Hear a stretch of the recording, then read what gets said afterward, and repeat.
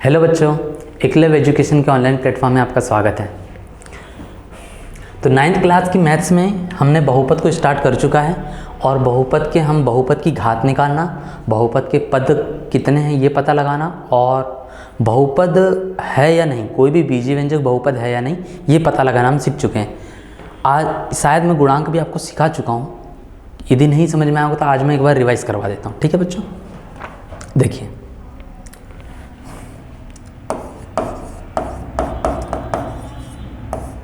गुणांक जिसको कहते हैं कोएफिशिएंट,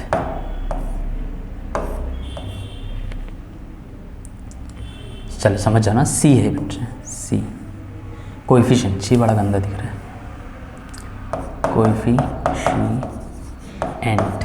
कोएफिशिएंट यानी गुणांक। ये क्या होता है बच्चों? तो गुणांक कैसे पता लगाते हैं? गुणांक का मतलब आप ध्यान से देखो, यहाँ पर दिख रहा होगा गुणांक, क्या दिख रहा होगा? गुणांक। सामने ध्यान मत देना, पूरा बोलना गुणांक। तो आपको जो शब्द दिखाई दे रहा है गुणा, तो गुणांक में गुणा शब्द जो आपको दिखाई दे रहा है, तो किसी भी चीज़ में यदि किसी चीज़ का गुणा हो रहा होगा वो उसका गुणांक है।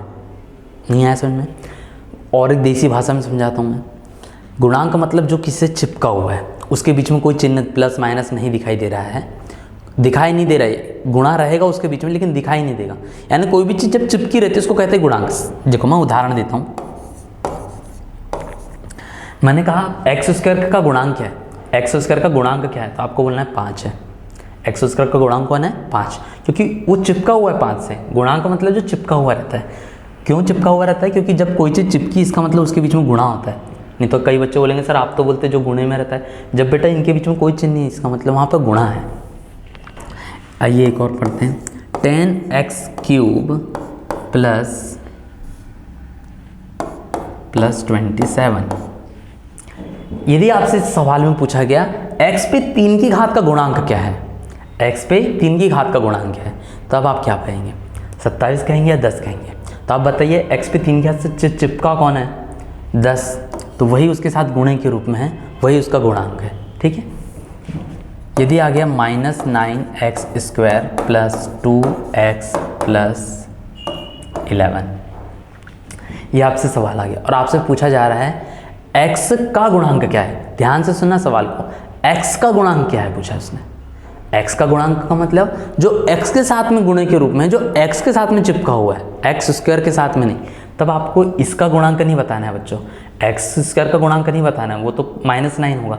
आपको x का गुणांक बताना है, ये x के साथ में कौन चिपका हुआ है, तो 2। तो x का गुणांक 2 है। तो इसका मतलब आपको ये बात भी ध्यान रखना है कि वो गुणांक पूछ किसका है। ऐसा ही नहीं जो सामने लिखा हुआ है आप उसी को बताना है, नहीं।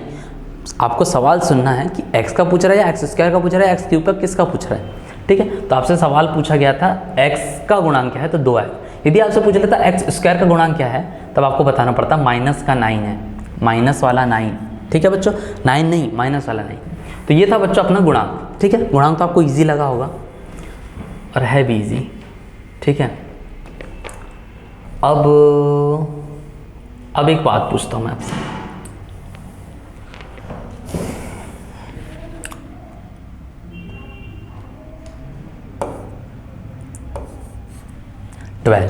क्या लिखा है मैंने बच्चों? 12।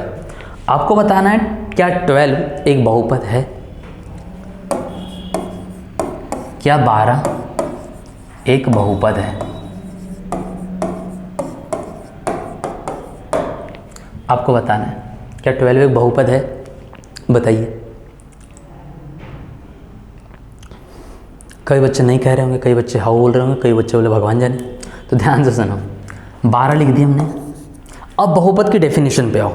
बहुपद की डेफिनेशन ये कहती है बच्चों कि जिसके चर पे पूर्ण संख्या की घात होती है उसे बहुपद कहते हैं।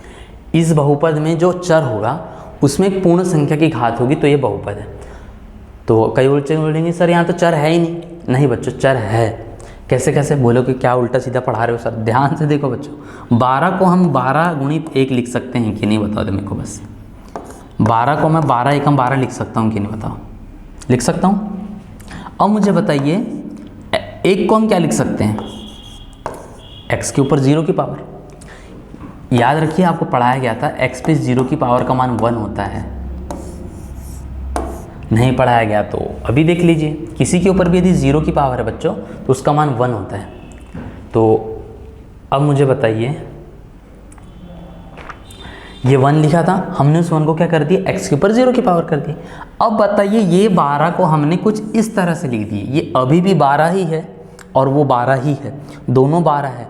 लेकिन अब बताइए इसमें x दिखने लग गया, तो आप बताइए x पे जो चर है अपना x, उस पे जो घात है 0 की, क्या वो पूर्ण संख्या है? 0 एक पूर्ण संख्या होता है? हाँ, 0 एक पूर्ण संख्या होता है। पूर्ण संख्या उसे कहते हैं जो 0 1 से 1 जो 3 4 5 7, तो 0 एक पूर्ण संख्या है। तो 12 के जो चर था उसके ऊपर पूर्ण संख्या की घात है, अतः 12 एक बहुपद है। ठीक है बच्चों, लेकिन ये कौन सा बहुपद है? एक पदी, द्विपदी, त्रिपदी, तो ये एक पदी बहुपद है और इसकी घात 0 की घात है। ठीक है बच्चों, लेकिन ऐसे स्पेशल बहुपद को कहते हैं अचर बहुपद। क्या कहते हैं बच्चों? अचर बहुपद। क्यों अचर कहते हैं? क्योंकि इसमें चर दिखाई नहीं देता, चर दिखाई नहीं देता, इसलिए इनको कहते हैं बच्चों अचर बहुपद। क्या कहते हैं? अचर बहुपद। तो आपने एक बात याद रखना है, अचर बहुपद यानी 12 हो गया, मैं लिख दूँ 13, मैं लिख दूँ 16, मैं लिख दूँ यहाँ पे 99, ये सब जो है ये सब बहुपद है। क्यों? क्योंकि हम सब में x पे 0 की पावर लगा सकते हैं, क्योंकि x पे 0 की पावर का मान होता है 1, तो 99 1 जा 99, 99 एकम 99। वैसे ये 0 की पावर 1, x के ऊपर 0 की पावर 1 हो जाएगी, 13 एकम 13, 16 एकम 16। तो यानी कि जितने अचर बहुपद जो गिनती होती है उस पर हम x पे 0 की पावर लिख सकते हैं। तो अचर बहुपद की घात, अचर बहुपद की घात 0 होती है, 0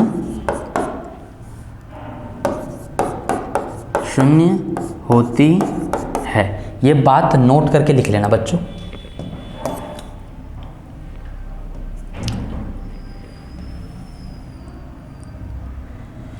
कि अचर बहुपद की घात 0 होती है। ठीक है, कई लोग इसको शून्य बहुपद कहते हैं, ये शून्य बहुपद नहीं है बच्चों। शून्य बहुपद शून्य को ही शून्य बहुपद कहते हैं। ठीक है, वो आगे हम पढ़ेंगे। तो 12 कोई भी अचर आया, 12 13 कोई भी गिनती आप मन में एज्यूम कर लो बच्चों, 16 17 18 30 99 1000 1500, जो आपको एज्यूम करना है, वो सब एक अचर बहुपद है और उसकी घात 0 होती है। कितनी होती है बच्चों? 0 होती है, उसकी घात 0 होती है बच्चों। ठीक है, इस बात को नोट कर लेना, ये ऑब्जेक्टिव में पूछा जाता है और इस बार त्रैमासिक में पूछा गया था। चलिए अब हम कहानी को थोड़ा सा आगे बढ़ाते हैं। कहानी को आगे बढ़ाते हैं तो क्या पता चलता है कि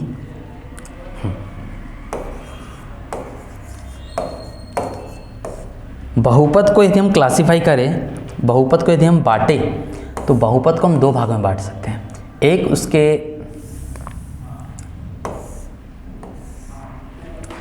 उसमें कितने पद होते हैं, सॉरी बच्चों, सॉरी, पदों के रूप में, और दूसरा घात के रूप में। हम 2 तरह से क्लासिफाई कर सकते हैं, एक पदों के रूप में, दूसरा घातों के रूप में। तो हमको ये बताना है कि बहुपद में पद कितने होते हैं, यानी कि अलग अलग बहुपद के नाम दिए गए। ये क्या है बच्चों, मैं आपको बता रहा हूँ। जिसमें ऐसा बहुपद जो थोड़ा अलग टाइप का दिखाई देता है, ऐसा बहुपद थोड़ा जो अलग टाइप का दिखाई देता है, जैसे कि शेर अलग टाइप का दिखाई देता है तो उसका नाम शेर है। उसी प्रजाति का जो बाघ है उसे बाघ कहते हैं, वो है तो बिल्ली खानदान का, लेकिन बोलते हैं ना, वैसे बहुपद में अलग अलग खानदान में अलग अलग नाम दिए गए हैं। जैसे कि जिसमें एक पद होगा, जैसे कि मैं नाम लिख देता हूँ पहले आपके लिए, जिसमें एक पद होगा उसे एक पदी बहुपद कहेंगे। क्या कहेंगे? एक पदी बहुपद। ठीक है, जिसमें 2 पद होंगे उसको क्या कहेंगे बच्चों? द्विपदी बहुपद। जिसमें 3 पद होंगे उसे क्या कहेंगे बच्चों? त्रिपदी बहुपद। ठीक है बच्चों, ये उनके नामकरण कर दिए गए हैं। अब ये दिखते कैसे हैं जरा मैं आपको ये बताता हूं। देखिए बच्चों, जो एक पदी बहुपद होगा उसमें एक ही पद होगा। आप ये मत कहना इसमें 2 पद है बच्चों, इसमें एक ही पद है। तो पद कैसे होते हैं मैंने आपको सिखा चुका हूं। जहां से धन या ऋण का चिन्ह आ जाता है वहां से दूसरा पद शुरू हो जाता है। जैसे मैं बता रहा हूँ द्विपदी का उदाहरण, मैं लिख लूँ 5x + 10 यहाँ पर बीच में धन आ गया नहीं है, तो ये पूरा का पूरा एक पदी द्विपदी बहुपद है बच्चों, सॉरी कौन सा पदी है, द्विपदी, क्योंकि एक प्लस या ऋण चिन्ह आ जाता है वहाँ से अगला पद शुरू हो जाता है। तो ये एक पद और धन आ गया, तो ये यहाँ से कूद के दूसरा पद चालू हो गया, ठीक है। लेकिन यहाँ पर देखो बच्चों एक ही पद है और एक खत्म हो गया, फिर कॉमा लग गया, अब दूसरी चीज़ आ गई। अब मैंने यहाँ पर लिख दिया 7x पे 3 की घात। अभी भी यहाँ एक ही पद है, क्योंकि यहाँ धन या ऋण का चिन्ह आगे बढ़ के कोई आगे नहीं बढ़ा बहुपद, इसमें भी एक ही पद है। अब यदि मैं क्वेश्चन को घुमा दूँ बच्चों, मैं थोड़ा सा यहाँ लिख दे रहा हूँ आप लोगों के लिए, 7x square plus 5x cube minus 7x square. यहाँ पर कितने पद है बच्चों, बहुत सोच समझ के जवाब देना। यहाँ कितने पद है बच्चों, मैंने सवाल घुमा के पूछा हूँ, त्रिपदी तो बोलना मत, 3 पद नहीं है उसमें, ठीक है बच्चों। अधिकतर बच्चे हवा में उत्तर देते हैं, देखते भी नहीं है और आगे बढ़ जाते हैं। सोच समझ के उत्तर दीजिए। यहाँ प्लस है, वहाँ माइनस है, ये दोनों सेम टू सेम दिख रहे हैं, तो ये कट गए भैया, उड़ गए, बचा क्या 5x पे 3 की घात। यहाँ एक ही पद है लेकिन दिखाई 3 पद देते हैं, ठीक है, तो समझ के बनाना है। तो कभी कभी ऐसा भी हो जाता है। अब एक और चीज़, एक और सवाल घुमा के पूछ रहा हूँ मैं आपसे,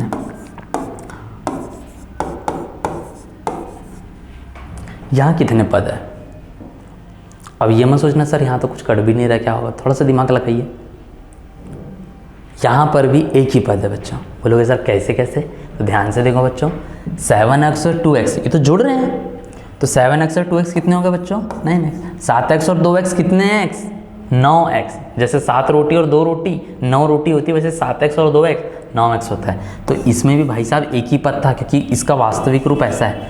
अब बोलोगे सर ये तो चीटिंग है, तो क्या चीटिंग क्या बात है बच्चों। यदि मैं 9x को ऐसा लिख दूँ, 2x plus 3x plus 2x plus 2x, अब मुझे बताइए ये अभी भी 9x ही लिखा हुआ है, तो क्या इसमें 4 पद है, 1 2 3 4, ये पूरा का पूरा तो एक ही है, 9x ही है, ये पूरा का पूरा तो 9x ही है। इसीलिए ऐसा तोड़कर लिखने से उसमें पद नहीं बढ़ जाते, यदि वो जुड़ रहा है तो उसको पूरा एक बना लो और तब पता चलता है कि उसमें कितने पद है, ठीक है। कंफ्यूज तो नहीं हो रहे हो ना तुम लोग। चलो तो एक वाला उदाहरण भी लिख लो कि 7x प्लस 2x, इसमें भी एक ही पद है, ठीक है बच्चों, कंफ्यूज ना होना। और ये दोनों देखो, इसमें भी 2 पद दिखाई दे रहे हैं, लेकिन ये जुड़ नहीं रहे हैं। अच्छे से देखिए, 5x और 10 जुड़ रहे हैं क्या, हम चाह कर भी नहीं जोड़ सकते। तो 2 पद ऐसे, द्विपद ऐसे दिखाई देते हैं, हम जोड़ ही नहीं पाते उनको, और यहाँ पर जुड़ रहे हैं तो जुड़कर एक पद बन गया, ठीक है। आगे आइए,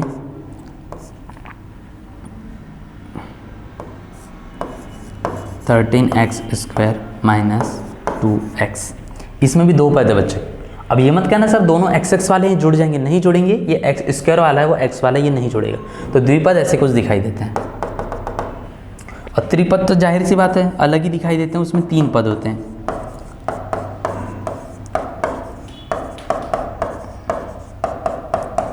ये मैंने जस्ट लिखा हूँ बच्चों, इसमें 3 पद है, ठीक है।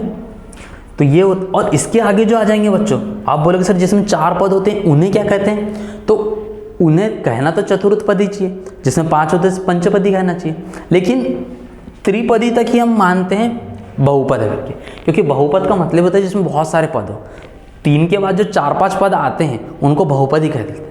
जैसे क्लास में बहुत सारे बच्चे हैं तो इनाम तो फर्स्ट सेकंड और थर्ड रैंक वाले को ही मिलता है ना, वैसे ही एक पदी द्विपदी त्रिपदी तक ही पढ़ा जाता है। उसके बाद वालों को उनको बहुपदी कह दिया जाता है, उनकी कोई ज़्यादा खास वैल्यू नहीं है, उनका कोई खासकर नाम नहीं किया गया, ठीक है। इसके आगे भी बच्चों एक्सेट्रा ETC, लेकिन कहानी यहीं ख़त्म कर दी हमने, ठीक है। तो ये था बच्चों पदों के रूप में।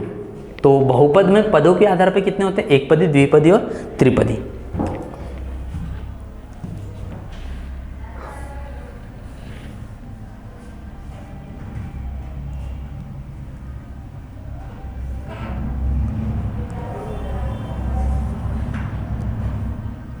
अब हम आगे देखते हैं घातों के रूप में। देखो भैया, जैसे पदों के रूप में एक पदी, द्विपदी और त्रिपदी होता है, वैसे ही घातों के रूप में देखो यहां पर बच्चे कन्फ्यूज होते हैं सबसे ज़्यादा, और सवाल भी यही पूछा जाता है। जैसे कि ध्यान से सुनना मेरे बच्चों, 7x² प्लस 2x माइनस 9। इस बहुपद में कितने पद है सब बता देते हैं। पद वाला थोड़ा सा आसान होता है, घात वाला भी आसान होता है, लेकिन एक घात वाला थोड़ा कठिन होता है। मुझे बताइए बच्चों यहाँ कितने पद है? बोलोगे सर फर्स्ट, फिर धन आगे तो ये फर्स्ट पद, फिर धन आगे रहेंगे दूसरा पद, फिर ऋण आगे तीसरा। सर टोटल यहाँ 3 पद है, लेकिन बच्चों यहाँ पर घात बताओ कितने की घात है? सबसे बड़ी घात देखो यहाँ पर कितने की है? सबसे बड़ी घात 2 की, तो इसको तो द्विघाती बहुपद कहेंगे। बिल्कुल इसको द्विघाती बहुपद कहेंगे। लेकिन जब मैं इसको मिटका दूँ बच्चों, अब मुझे बताइए इस बहुपद में सबसे बड़ी घात काय की है? अब बोलोगे सर 1 की है। बिल्कुल सही बोल रहे हैं, 1 की है। इसको कौन सा बहुपद कहेंगे? एक घाती बहुपद आता है ना मन में, एक घाती बहुपद कहते हैं। ऐसा हमारे मन से अंतर आत्मा से सी आवाज़ आती है, लेकिन इसका नाम एक घाती बहुपद नहीं रखा गया है, इसका नाम रैखिक बहुपद रखा गया है। तो याद रखें, जिसमें 2 घात होती है उसको कहते हैं बच्चों द्विघाती बहुपद, जिसमें 3 की घात होती है उसको कहते हैं त्रिघाती बहुपद।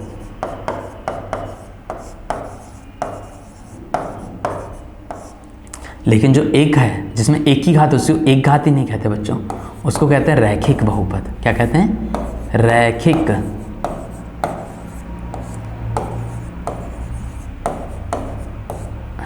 उसे कहता है रैखिक बहुपद बच्चों, ठीक है। तो याद रखना है आपको, रैखिक शब्द जब भी आए आपने अंतर मन से याद रखना है, रैखिक मतलब 1 की घात, रैखिक मतलब 1 की घात। यहाँ तो लोग रहते, चलो रैखिक मतलब दिख रहा है कि नहीं आप लोग को बच्चों? रैखिक मतलब 1 की घात, रैखिक मतलब जिस पर 1 की घात होती है। अब इसकी एग्जाम्पल देखो बच्चों, ठीक है, सरल एग्जाम्पल। 5x, इसमें पद और भी आ सकते हैं, पद कितने, मैं और भी पद लिख सकता हूँ, लेकिन हमको पद नहीं देखना है, इसमें घात देखना है। x पे सबसे बड़ी घात काय की? 1 की, तो इसे रैखिक बहुपद कहेंगे। और मैं लिख सकता हूँ 10x माइनस 9, या मैं ये भी लिख सकता हूँ 2x। इन सब में x के ऊपर 1 की घात है, 1 की घात, 1 की घात, 1 की घात, तो 1 की घात है उसे कहेंगे रैखिक बहुपद, 2 की घात है उसे कहेंगे द्विघात बहुपद, 3 की घात है उसे कहेंगे त्रिघात बहुपद। तो द्विघात बहुपद का एक उदाहरण ये लीजिए, और लिख सकते हैं आप, तो समझ गए हैं, एक्सेट्रा। और 3 की घात में 3 की घात आ जाएगी।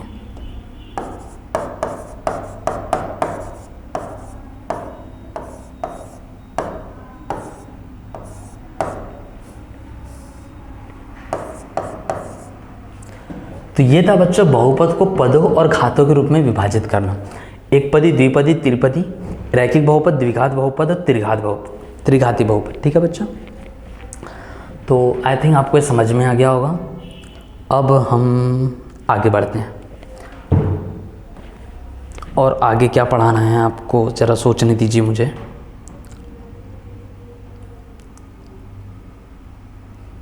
अच्छा ठीक है भाई, देखो आई थिंक आप लोगों को इसके आगे है शून्य के कैसे निकालते हैं। ध्यान से देखिए बच्चों, अब हमने सीखना है, अब गुणांक निकालना सीख गए। एक काम करते हैं, थोड़ा सा रिवीजन करते हैं। सॉरी, देखिए रिवीजन एक काम करेंगे, कल मैं सवाल लेकर आऊँगा आप लोग के लिए, आप कल प्रैक्टिस कर लेंगे उसकी। आज ये वाला क्लास डबल से देख लेना आप लोग, और हम पढ़ते हैं आगे शून्य की ओर। शून्यक,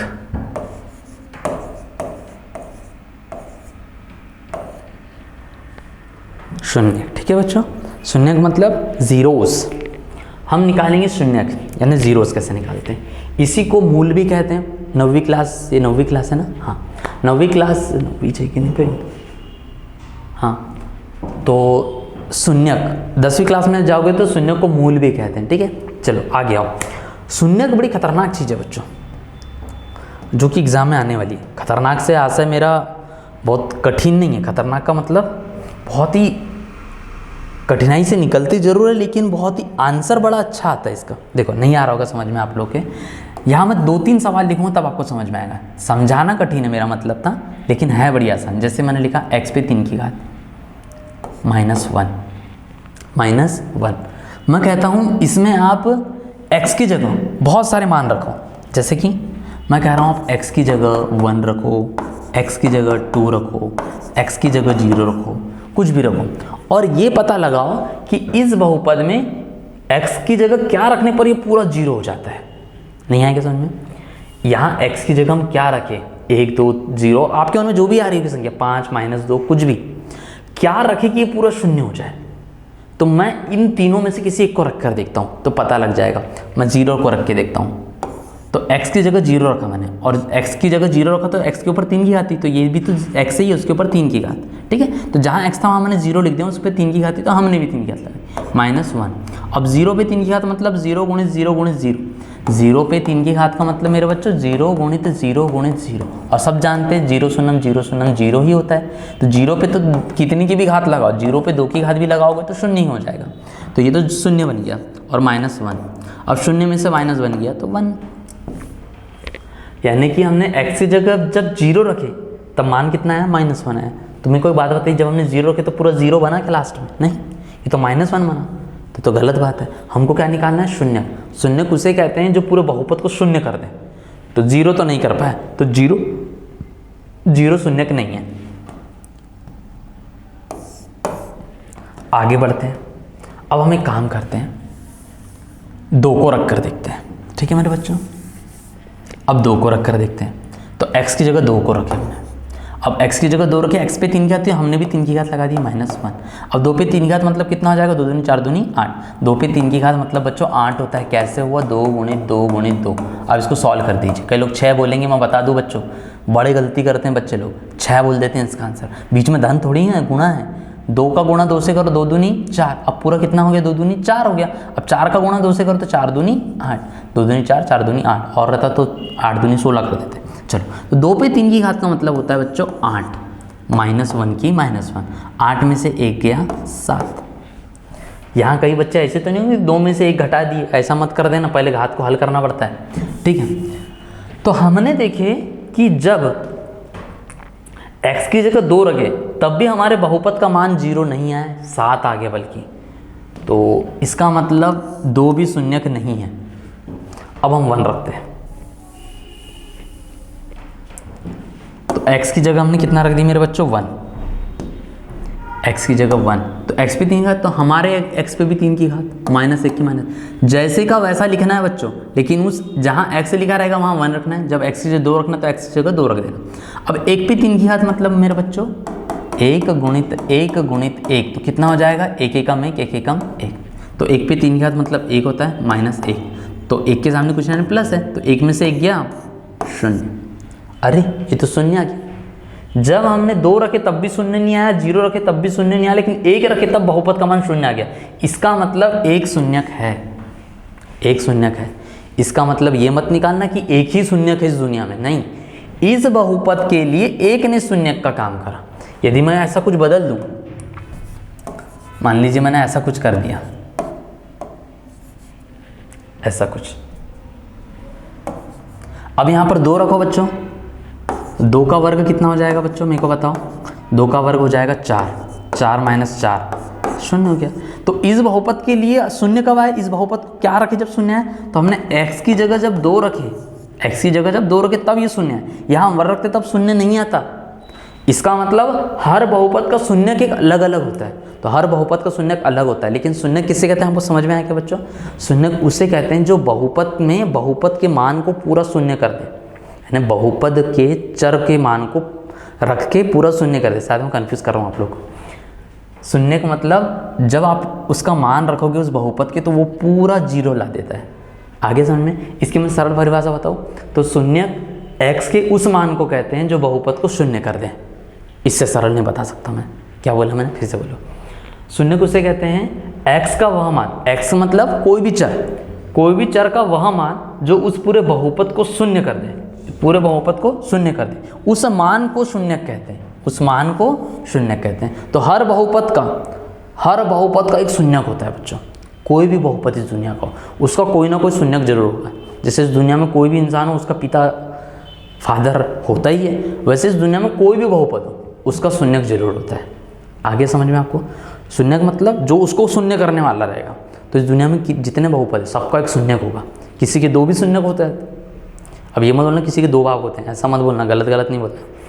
तो हर बहुपद के शून्यक जो होता है, किसी के 1 होते हैं, किसी के 2 होते हैं, किसी के 3 होते हैं। तो शून्यक आई थिंक आपको समझ में आ गया होगा।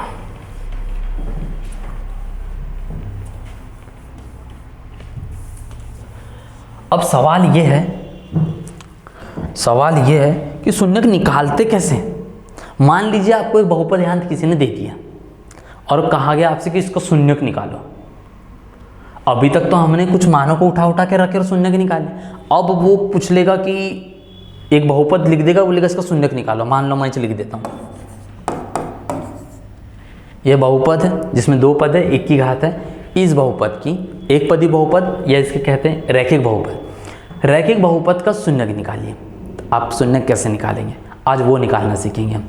किसी का भी यदि आपको शून्यक निकालना है, ये एक बहुपद है, इसका यदि आपको शून्यक निकालना है तो इसको बराबर के शून्य कर दो। क्या कर दो? बराबर के शून्य कर दो।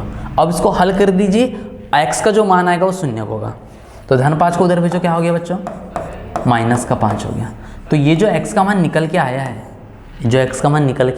बच्चों, ये इस बहुपद का शून्यक है। आप बोलोगे प्रूफ दिखाओ, तो देखो प्रूफ, x + 5 ये एक बहुपद है। अब इस मान को यहाँ रख कर देखो, मैंने क्या बताया था, उस मान को शून्यक कहते हैं जो पूरे बहुपद को शून्य कर दे। तो x का ये मान मैंने बोल रहा हूँ शून्यक है, मैं कह रहा हूँ ये शून्यक है। तो यदि ये शून्यक होगा तो इस पूरे बहुपद को शून्य कर देगा। तो रखो x का जो मान है -5 रख दो इस x की जगह, +5, तो 5 में से 5 गए 0। इसका मतलब ये इस बहुपद का शून्यक है, ये x का जो मान है -5 ये इसका शून्यक है। तो शून्य किसे कहते हैं? जो बहुपद को शून्य कर देता है। आप ये मत सोचना कि सर इसकी जगह कुछ और रखते तो क्या हो जाएगा। आप कुछ और रख कर देखो, अब -4 रख कर देखो, +5, इसका मान तो 1 आ गया, +1 आ गया। तो ये शून्यक तो नहीं हुआ। फिर -4 रखो तब शून्य तो नहीं आ रहा है, -5 रखो तभी शून्य आ रहा है। आप शून्य की जगह शून्यक निकालना तो शून्य भी रख दो यहाँ पे, तब भी शून्य नहीं आ रहा है। तो ऐसा नहीं कि शून्यक शून्य होता है, ये भी नहीं है। शून्यक निकालना है तब शून्य के बराबर करना पड़ता है बच्चों, ठीक है? कंफ्यूज नहीं होना बच्चों, सिंपल तरीका बता रहा हूँ। यदि आपको शून्यक निकालना है बराबर शून्य कर दो, ठीक है बच्चों? यदि आपको किसी का शून्यक निकालना है बराबर शून्य कर दो, और इस मान को वहाँ रख कर देखोगे तब शून्य ही आंसर आएगा, क्योंकि हमने रखे थे ना, इनको हल करने पर शून्य आ रहा है। x + 5 को जोड़ने पर शून्य आए, तो हमने फिर देखे कि जो मान निकला x का मान -5, तो जाहिर सी बात है इनको हल करेंगे तो शून्य आएगा, और शून्य आएगा तो वही शून्यक है अपना।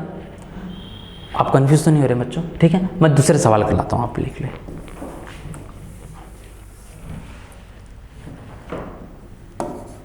x - 4 का शून्यक बताना है, का शून्यक।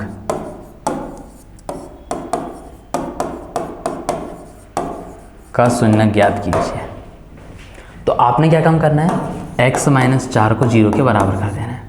x - 4 को 0 के बराबर कर देना है। अब -4 को उधर भेजो, क्या हो जाएगा बच्चों? +4। तो ये आपका निकल के आ गया शून्यक। तो शून्यक कैसे निकालते हैं बच्चों?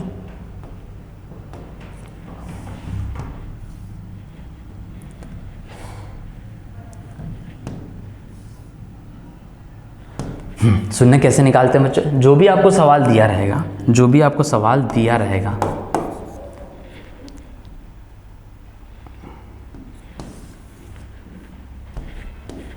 जो भी आपको सवाल दिया, x - 4 दिया, इसका शून्यक निकालना है, तो इसको 0 के बराबर कर दो। और इसको जब हम 0 के बराबर कर देंगे, यहाँ पर देखो हमने कर दिए, -4 को उधर भेजो, क्या बन गया? +4 बन गया। तो ये आपको शून्यक निकल गया। आप चाहे तो इसको यहाँ रख कर देखो, शून्य आ जाएगा, आप खुद करें। तो ये था बच्चों शून्यक कैसे निकालते हैं, छोटा सा सवाल। अब मैं आपको बता दूँ, इसका एक ही शून्यक निकल के है, इसका एक ही बेटा है।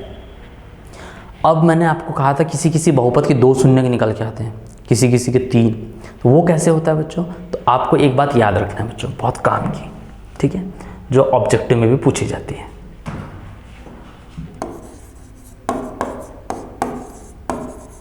जिस बहुपद की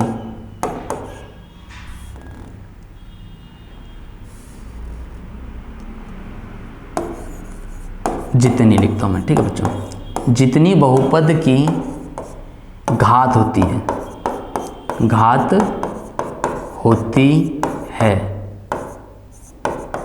उस बहुपद के, उसी बहुपद के, उस बहुपद के उतने ही शून्यक होते हैं, उतने ही शून्यक होते हैं।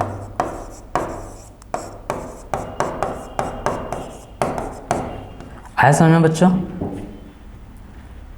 नहीं आया क्या समझ में? देखो समझ लो, जितनी बहुपद की घात होती है, घात कैसे निकालते हैं? जैसे इस बहुपद की कितनी घात है? यहाँ सबसे बड़ी घात क्या है कि 1 की। तो जिस बहुपद की जितनी की घात होती है, जैसे इसकी 1 की घात है, उस बहुपद के उतने ही शून्यक होते हैं, तो इसके शून्यक उतने ही होंगे। तो जितनी घात है, कितनी घात है? 1 की घात है। इसका मतलब इसके एक ही शून्यक निकल के आए। देखो x का एक ही मान निकल के आएगी नहीं, x के 2 मान थोड़ी ना निकल के आए। यदि x के 2 मान निकल के आते तो 2 शून्यक है, यानी x का वह मान जो उसको शून्य कर देगा, ऐसा इस दुनिया में केवल एक ही है, वो है 4, इसको जो 0 कर देगा। लेकिन कोई कोई बहुपद ऐसे होते हैं जिसके 2 मान होते हैं, उन दोनों मानों में से कोई भी रख दो तो वो शून्य हो जाता है, उसको द्विघाती बहुपद कहते हैं। ठीक है, तो जितनी बहुपद की घात होती है उस बहुपद के उतने शून्य होते हैं। नहीं आया समझ में बच्चों? यहाँ देखो, मैं यहाँ लिखता हूँ x² - 9x + 20। आपसे सवाल पूछा गया इस बहुपद के शून्यक कितने होंगे, तो मैं आपको बता दूं, जब आप इसको हल करोगे तो इसके 2 शून्यक निकल के आएंगे। कितने शून्यक निकल के आएंगे बच्चों? 2 शून्यक निकल के आएंगे इसके। आगे समझे आप लोगों को? तो इसके 2 शून्यक होंगे। यदि 3 की घात रहती तो उसके 3 शून्यक निकलते हैं। आगे समझ में आप लोगों को?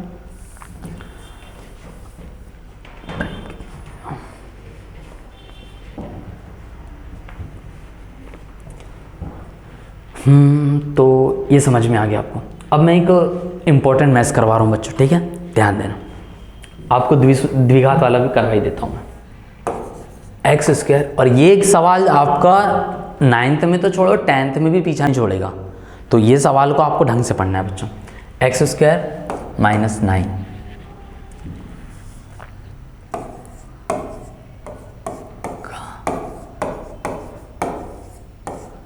का निके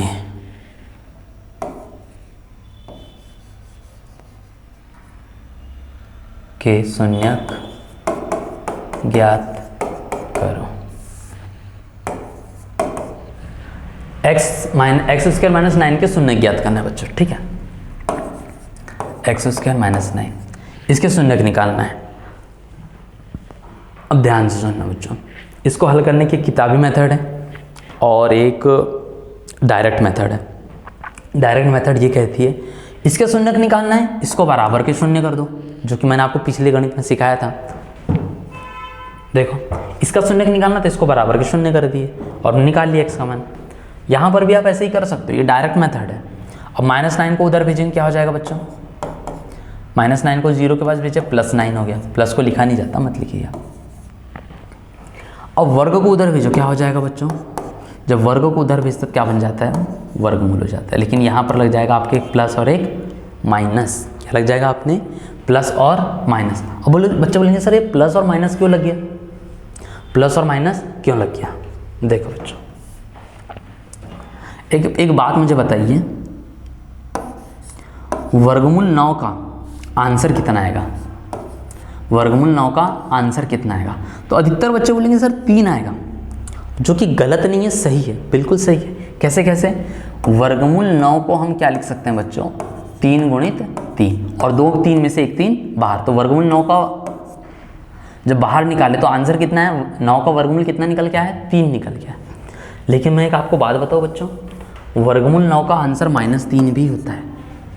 बोलोगे सर कैसे? देखो मेरे बच्चों, 9 को हम ऐसा लिख सकते हैं क्या बच्चों? -3 × -3 लिख सकते हैं। 3 × 9, माइनस माइनस प्लस। देखो वही लाइन आ गई, यानी 9 को हम वर्गमूल के अंदर -3 × -3 लिख सकते हैं बच्चों। अब वर्गमूल का नियम ये कहता है जो चीज़ 2 बार है उसको बाहर लिख सकते हो आप 1 बार, तो बाहर निकल गई। यानी वर्गमूल 9 का आंसर -3 भी होता है, यानी वर्गमूल 9 का आंसर एक +3 भी होता है और एक -3 भी होता है।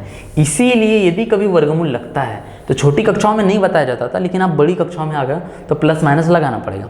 दूसरा कारण ये है बच्चों, इस बहुपद का जो शून्यक आपने निकाले हो, तो मुझे बताइए इस बहुपद की घात कितनी है? अभी सब भूल जाइए, इस बहुपद की घात बताइए मुझे। इस बहुपद की घात 2 है।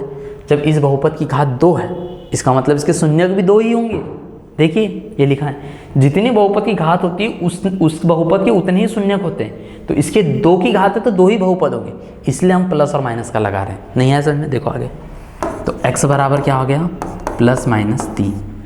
तो +-3 का मतलब क्या होता है मेरे बच्चों मालूम है? एक वहाँ प्लस लिखा है और एक वहाँ -3 लिखा हुआ है, यानी कि x के 2 मान आए हैं, एक आया है +3 और एक x का मान आया है -3। लेकिन इसको जानबूझ के ऐसा लिख दिया जाता है समझाने के लिए।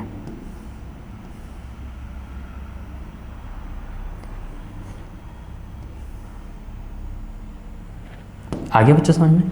तो इसके दो शून्यक निकल के आए, +3 और एक -3। कैसे है समझ में आ गया? जब आप वर्गमूल को उधर भेजोगे ना बच्चों, और आपने प्लस माइनस का चिन्ह नहीं लगाया, मान लो किसी बच्चे ने नहीं लगाया,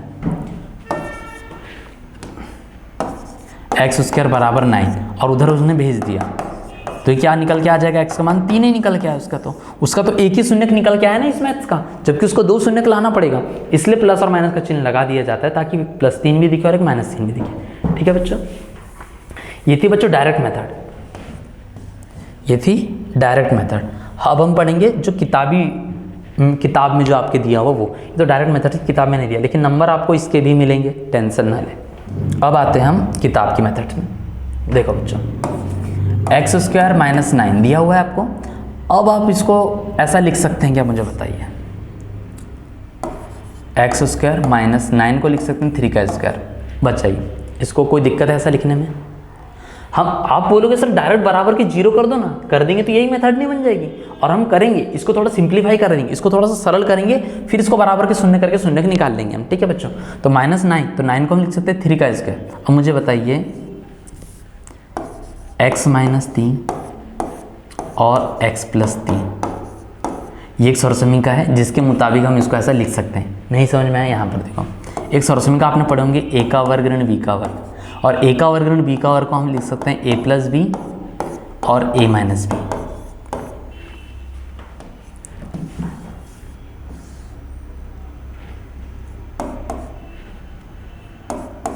तो इसको जब हम ऐसा लिख सकते हैं तो हम इसको भी ऐसा लिख सकते हैं। क्यों बोलोगे सर ये भी तो a का वर्ग ऋण b का वर्ग है, तो ये a समझ लो, इसको b समझ लो, ये a धन b, a ऋण b और a धन b, ये आगे पीछे हो सकते हैं, कोई दिक्कत की बात नहीं। तो ठीक है, इसको हम ऐसा लिख सकते हैं बच्चों, अकॉर्डिंग टू आइडेंटिटीज, सर्वसमीका के मुताबिक। देखो अब इसको बराबर के कर दो 0, अब कर दो, क्योंकि अब ये सरल हो गया, इससे सरल नहीं होने वाला। यदि किसी के मन में आ रहा होगा सर वापस हम इसका गुणा कर देते हैं, तो ये चलाइन वापस आ जाएगी, करके देख लेना आप लोग, कॉमेडी हो जाएगी। अब x - 3 को 0 के बराबर करेंगे और x + 3 को 0 के बराबर करेंगे, तो x - 3 को उधर भेजो क्या हो गया +3, और +3 को उधर भेजो क्या हो गया -3। यहाँ पर हमने इसको भी 0 के बराबर करे और इसको भी 0 के बराबर करे। ऐसा कैसे हो गया, यदि आपके मन में आया होगा बच्चों, तो इसका प्रयोग बड़ा होने वाला, तो मैं एक बार आपको बता देता हूँ। मुझे बताइए, यही इन लाइन की जगह 2 संख्या लिखना है आपको, मैं 1 लिख देता हूँ यहाँ पर, ठीक है? यहाँ 5 लिख देना है। अब 5 में किसका गुणा करूँगा तो 0 हो जाएगा बच्चों। आप बोलोगे सर यहाँ 0 ही लिखना पड़ेगा, तभी तो 5 शून्य में 0 होगा। राइट, बिल्कुल सही कह रहे हैं आप। मान लीजिए मैंने इस बार यहाँ पर कुछ भी नहीं लिखा, अब मैं बोल रहा हूँ यहाँ पर 0 आया, तो बताओ इन दोनों में से क्या होगा, इन दोनों की जगह में क्या आएगा? तो आप कहेंगे सर इन दोनों जगहों में क्या आएगा कोई नहीं बता सकता, लेकिन इतना तो कंफर्म होगा कि इन दोनों में से कोई एक ना एक तो 0 ही होगा, या हो सकता है दोनों ही 0, तभी तो 0 0 0, या अब यहाँ पर 10 भी रख दीजिए, 10 0 0 ही हो जाएगा। तो जब किसी का गुणा करने पे 0 होता है, या तो वो दोनों 0 होंगे या उन दोनों में से कोई एक 0 होगा। तो वैसे यहाँ पर देखो ये दोनों दिखाई दे रहे हैं, इनके बीच में गुणा है, जब इनका गुणा कर रहे हैं तो 0 आ रहा है, इसका मतलब या तो ये 0 होगा या तो ये 0 होगा, इसलिए हमने x - 3 को 0 के बराबर करें और x + 3 को 0 के बराबर करें, और आपके सामने आंसर निकल के आ चुका है, 1 + 3 और 1 - 3। तो आंसर दोनों से उतने निकल के आएंगे, +3 - 3, सामने कुछ नहीं है, प्लस ही है, ठीक है ना? तो ये थी बेटा परंपरागत अपनी मेथड जो आपकी किताब में दी हुई है, और ये थी डायरेक्ट मेथड। आपको जो अच्छी लग रही है आप सीखिए, हो सके तो दोनों सीख जाइए, लेकिन कभी भी 2 विधि में से कोई एक विधि पहले सीखना चाहिए, दोनों को साथ में लेके चलोगे तो मिक्स हो जाएगी। तो ऐसे वाले सवाल IMP होते हैं बच्चों। तो ऐसा वाला मैं एक और सवाल करवाता हूँ, फिर क्लास को समाप्त कर देंगे अपन।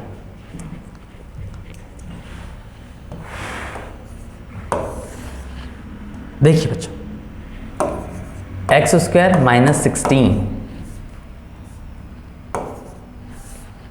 16 16 को रहने दीजिए, -25 को कर लेते हैं। देखो, तो इसको हम क्या लिख सकते हैं बच्चों, x का स्क्वायर माइनस 25 को हम क्या लिख सकते हैं, 5 का स्क्वायर लिख सकते हैं बच्चों।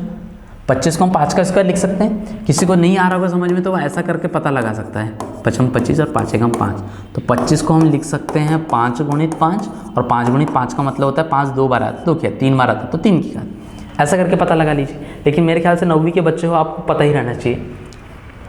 तो 25 को लिख सकते हैं हम 5 पे 2 की घात। अब ये a का वर्ग ऋण b का वर्ग दिख रहा है आपको, a का वर्ग ऋण b का वर्ग दिखाई दे रहा है, a का वर्ग ऋण b का वर्ग, इसको हम क्या लिख सकते हैं, a प्लस बी और a माइनस बी। अब इसको हल कर देंगे तो a प्लस बी, तो a क्या है आपका x, b क्या है आपका 5, तो उन दोनों को प्लस करेंगे, और a क्या है x और b क्या है 5, इन दोनों को माइनस करेंगे, a प्लस बी और a माइनस बी। अब बराबर 0 कर देंगे। अब x प्लस 5 को 0 के बराबर, हम 0 के बराबर बच्चों इसलिए भी कर रहे हैं क्योंकि हमको शून्य निकालना है, और शून्य निकालने के लिए बराबर शून्य करना पड़ता है। x माइनस 5 बराबर 0, तो x बराबर -5 की ऋण 5 और ऋण 5 की -5। ये आपके 2 शून्य निकल के आ गए। किसी को ये विधि अच्छी नहीं लग रही, नहीं सर हमको ना वो वाली विधि ज़्यादा अच्छी लगती है, तो आप उस विधि से ही बना सकते हैं, आपकी इच्छा। x² माइनस 25, ठीक है बच्चों, बराबर 0। धन ऋण 25 को उधर भेजें, क्या हो जाएगा बच्चों, धन का 25, वर्ग को उधर भेजे वर्गमूल। देखना आपके स्कूलों में अधिकतर ये भी बताया जाता है कि दोनों पक्षों में वर्गमूल लेने पर, तो वर्ग से वर्गमूल कट गया तो x बराबर क्या मिला बच्चों आपको, वर्गमूल का 25। लेकिन ये मैं ये नहीं कह रहा हूँ बच्चों गलत है, बहुत बढ़िया, ये सही है, लेकिन पता नहीं मुझे ना यही अच्छा लगता है कि वर्ग को उधर भेजो वर्गमूल, ठीक है, ये वाला मुझे ज़्यादा अच्छा लगता है। आप अपनी इच्छा के अनुसार कर सकते हैं। x बराबर 25 को हम क्या लिख सकते हैं, 5 गुणित 5। एक चीज़ भूल गया मैं, जब वर्ग को उधर भेज देता है प्लस माइनस का चिन्ह लगा देना आप। तो x बराबर क्या हो गया बच्चों, धन ऋण 5। इसका मतलब है x का मान एक धन 5 है और एक x का मान ऋण 5 है। आप ऋण को पहले लिख देना, नहीं तो वहाँ ऋण लिखा है ऐसा बोलोगे। तो ये x के 2 मान निकल के आ गया बच्चों, ठीक है। तो ये था बच्चों अपना सवाल। आपका होमवर्क ये है बच्चों, आप इसको बना के लाना,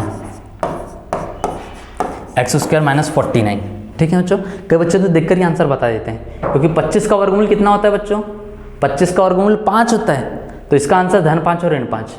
इसके पहले जो मैंने आपको सवाल दिया था, शायद मिटका तो नहीं दिया, हाँ, x² माइनस 9, तो इसका आंसर क्या है, 9 का वर्गमूल कितना होता है 3, तो एक मान धन 3 और एक मान ऋण 3।